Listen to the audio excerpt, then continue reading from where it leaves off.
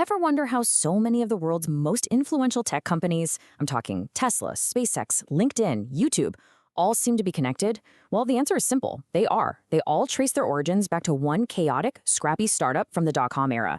Today, we're diving into the incredible story of the PayPal Mafia and how one massive payday ended up funding, well, our entire future.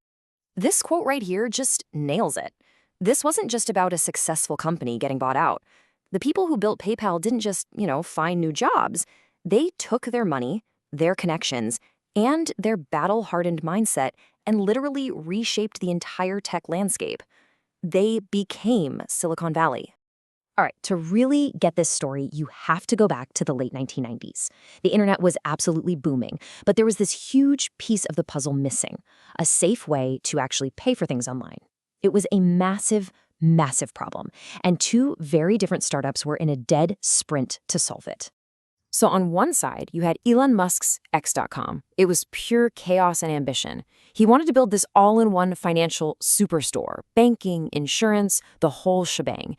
His own team apparently thought the name sounded a little too much like an adult website. And then on the other side, you had Confinity, led by Peter Thiel and this coding prodigy Max Levchin. They were the total opposite, precise, obsessed with security, and focused on doing just one thing perfectly, making email payments work.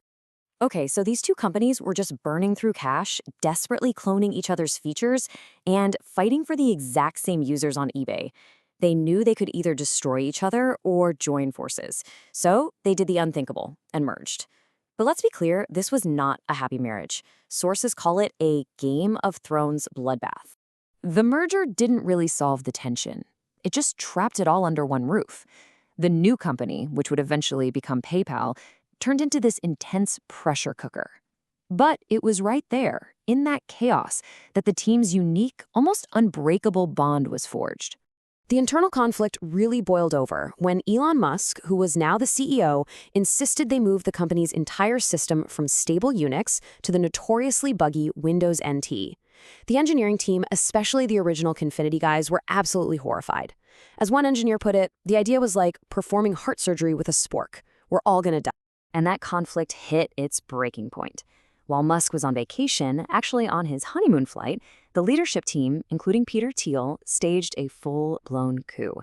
They went straight to the board and had him fired. But here's the twist. Musk didn't storm out. He actually stayed on as the largest shareholder because deep down, he still believed in the mission. So this crazy, high-stakes environment created a really unique culture. Inside PayPal, it didn't matter where you went to school or who you knew. All that mattered was your ability to survive what they called an intellectual knife fight. Meetings were basically battles where the best idea won, no matter how loud or intense the debate got. It forged a team that was incredibly tough, brilliant, and fiercely loyal to each other. And man, they needed to be tough because they were constantly under attack. They basically faced three giant external enemies at all times. First, massive fraud from Russian crime rings, which actually forced them to invent pioneering AI-based security on the fly. Second, their biggest partner, eBay, launched its own competing payment system to try and crush them. And third, they were battling 26 different legal challenges from government regulators, all at the same time. But here's the thing. Despite all that chaos, PayPal was winning. In early 2002, they had a successful IPO. But then, their old rival eBay came knocking again. This time, not with a threat, but with a massive buyout offer they couldn't ignore. $1.5 billion. The sale went through in July 2002, and just like that, the core team became instant millionaires. This wasn't just an exit, you have to understand. This was the funding round for their next chapter. The PayPal Mafia was now armed, and they were ready. And the payouts were just staggering. Peter Thiel walked away with $55 million. Elon Musk, the guy they fired as CEO, got over $160 million. This wasn't just a win. It was the seed capital for the entire next generation of Silicon Valley. So what do you do with all that money? For the PayPal crew, the answer was simple. You get out. They had absolutely zero interest in becoming corporate middle managers at eBay. They left almost immediately, ready to take their cash and their ambition and start building entirely new worlds. And this, right here, is where the legend of the PayPal Mafia truly begins. They scattered across Silicon Valley, but not randomly.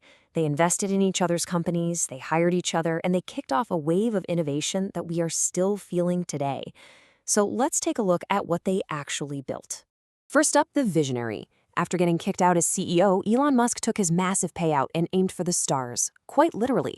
He wasn't interested in building another app. He wanted to tackle the biggest, most impossible problems he could think of. His post-PayPal journey is just legendary, right? He launched SpaceX with the goal of colonizing Mars. He dragged electric cars into the mainstream with Tesla. He started a company to put computer chips in our brains and another one to dig tunnels under cities. And, eventually, he even bought the whole digital town square, Twitter. Next, we've got the Kingmaker. Peter Thiel didn't just go build another company. He became one of the most powerful investors on the planet, strategically backing the companies that would define the next era of the internet.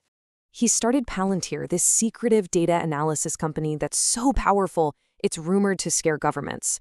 He launched the super influential venture firm Founders Fund. And, maybe most famously, he made a $500,000 bet on a little college startup called Facebook, a bet that turned into billions. But the influence didn't stop there, not by a long shot. Other key members built the very infrastructure of our digital lives. Max Levchin, the original coding genius, went on to create Affirm, popularizing the entire buy now, pay later industry. And Reid Hoffman, he founded LinkedIn, fundamentally changing how hundreds of millions of us network for our jobs. But the Mafia's biggest impact wasn't just the companies they themselves founded. No, it was the vast ecosystem they built around them. Their money, their expertise, and their network just radiated outwards, seeding the next generation of tech giants all over Silicon Valley. This ripple effect is just mind-blowing when you look at it. Former PayPal employees and collaborators, funded and mentored by the core Mafia, went on to create or shape companies we use every single day. YouTube, Airbnb, Instagram. They didn't just build companies. They built a network that became the very foundation of the modern tech world. And that's really the legacy of PayPal. It started as this messy solution to a broken internet, but it became a launchpad. It was proof that a small group of brilliant, argumentative people could not only survive total chaos, but could go on to completely reshape the world. And that leaves us with a really powerful question.